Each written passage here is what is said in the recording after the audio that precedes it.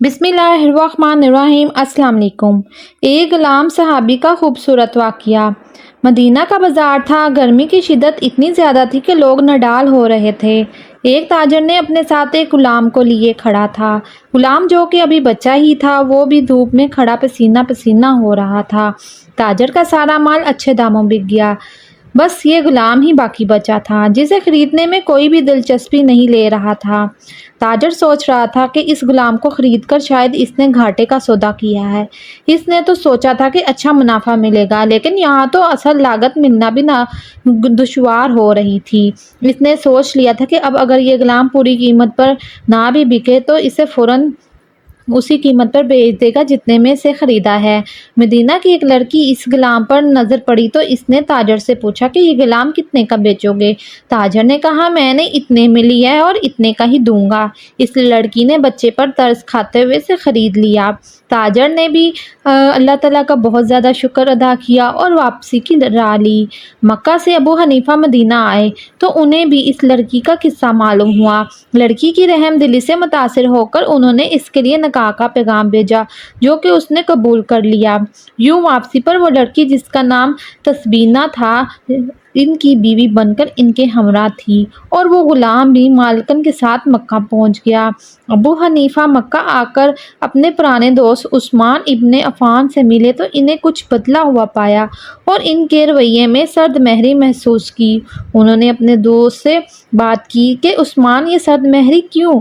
तो उन्होंने उस्मान बिन अफ़ान से जवाब दिया कि मैंने इस्लाम कबूल कर लिया है और तुम अभी तक मुसलमान नहीं हुए, तो अब हमारी दोस्ती कैसे चल सकती है? अबू हनीफा ने कहा, तो फिर मुझे भी मोहम्मद सल्लल्लाहु अलैहि वसल्लम के पास ले चलो और इस इस्लाम में दाखिल कर दो जिसे तुम कबूल कर चुके हो। चनाचा हज़रत उस्मान रज़ियल्लाहु तआला अन्हु ने इन्हें नबी करीम सल्लल्लाहु अलैहि वसल्लम की खिदमत में पेश किया और वो कलमा पढ़कर दायरा इस्लाम में दाखिल हो गए। घर आकर उन्होंने अपनी बीवी और गुलाम को अपने मुसलमान होने का बताया तो इन दोनों ने भी कलमा पढ़ लिया। हज़रत अबू हनीफा रज़ियल्लाहु तआला अन्हु ने इस गुलाम से कहा, चूँकि तुम भी मुसलमान हो गए हो, इसलिए अब मैं तुम्हें गुलाम नहीं रख सकता, लिहाजा मेरी तरफ से तुम अब आज़ाद हो। गुलाम ने कहा, आका, मेरा अब इस दुनिया में आप दोनों के सिवा कोई नहीं है। आपने मुझे आज़ाद कर दिया तो मैं कहाँ जाऊँगा? हज़रत अबू हनीफा रज़ियल्लाहु तआला अन्हु ने इस गुलाम को अपना बेटा बना लिया और अपने पास ही रख लिया। गुलाम ने कुरान पाक सीखना शुरू कर दिया और कुछ ही दिनों में बहुत सारा कुरान पाक याद कर लिया और वो जब कुरान पढ़ते तो बहुत खूबसूरत लहजे में पढ़ते।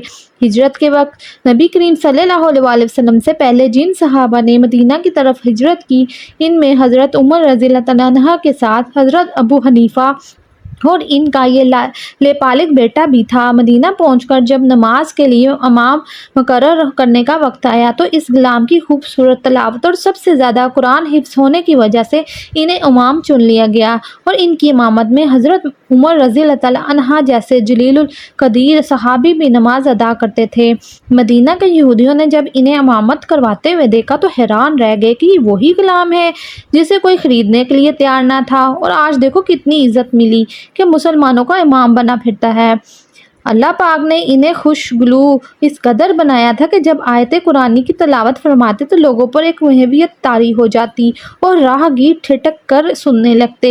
एक दफ़ा उम्मुल मोमिनीन हज़रत आयशा रज़ियल्लाहु तआला अन्हा को रसूल पाक सल्लल्लाहु अलैहि वसल्लम के पास हाज़िर होने में देर हुई तो आपने पूछा कि आपको इतनी देर क्यों हो गई है? तो वो बोली, एक कारी तिलावत कर रहा था, इसके सुनने में देर हो गई और खुशहानी की इस कदर तारीफ़ की कि हज़रत सल्लल्लाहु अलैहि वसल्लम खुद चादर संभाले हुए बाहर तशरीफ़ ले गए और देखा कि वो बैठे तलावत कर रहे हैं तो आप सल्लल्लाहु अलैहि वसल्लम ने खुश होकर फरमाया, अल्लाह पाक का शुक्र है, उसने तुम्हारे जैसे शख्स को मेरी उम्मत में बनाया।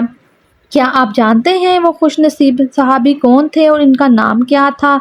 हज़रत सालिम रज़ियल्लाहु तआला अन्हु था, जो कि सालिम मौला अबू हनीफा रज़ियल्लाहु तआला अन्हु के नाम से मशहूर थे। उन्होंने जंगे मोता में जामे नोश किया। अल्लाह के करोड़ों रहमतें हों इन पर। اسی طرح ولید بن مغیرہ تھا جو کہ رسول پاک صلی اللہ علیہ وآلہ وسلم کی ذات اقدس پر تنقید کیا کرتا تھا۔ آپ صلی اللہ علیہ وآلہ وسلم کو برے القاب سے پکارتا اور جگہ جگہ آپ صلی اللہ علیہ وآلہ وسلم کا مذاق اڑایا کرتا تھا۔ سورۃ قلم نے اللہ تعالیٰ نے اس کے 10 عیب ظاہر کر دیے، جس میں سب سے بڑا عیب یہ بیان کیا گیا کہ حلالی نہیں تھا۔ ولید بن مغیرہ نے جب سورۃ القلم کی آیات پڑھی تو سیدھا اپنی ماں کے پاس گیا اور کہا، محمد صلی اللہ علیہ وآلہ وسلم نے میرے بارے میں 10 باتیں بیان کی ہیں تو میں جانتا ہوں 10ویں کے بارے میں تم بتاؤ ورنہ میں تجھے ابھی قتل کر دوں گا۔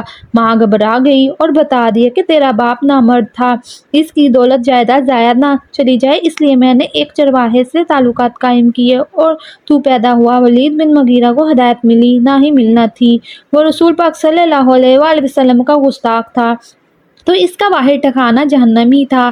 یہ تو ایک کافر کی بات تھی۔ اب سورہ حجرات پڑھیں۔ نبی کریم صلی اللہ علیہ وآلہ وسلم کے حجرے کے باہر کچھ صحابی نے اونچی آواز میں آپس میں بات چیت کی تو آیت نازل ہوئی کہ میرے نبی کریم صلی اللہ علیہ وآلہ وسلم کے حجرے کے باہر آہستہ آواز میں بولو، یہ نہ ہو کہ تمہارے اعمال ضبط ہو جائیں اور تمہیں خبر ہی نہ ہو۔